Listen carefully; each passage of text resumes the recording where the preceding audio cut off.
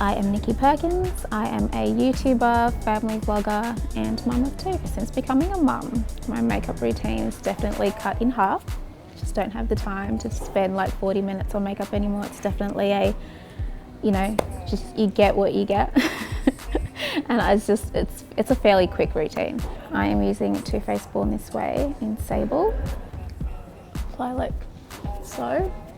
At first, it looks like it doesn't really match, but it's all in the blend.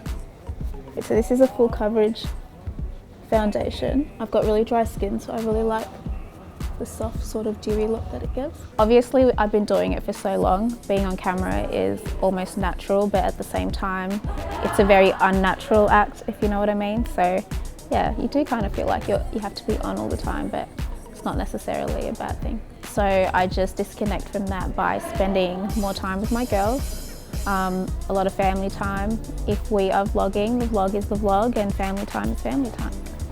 I would define success as just being happy with who you are, where you're at.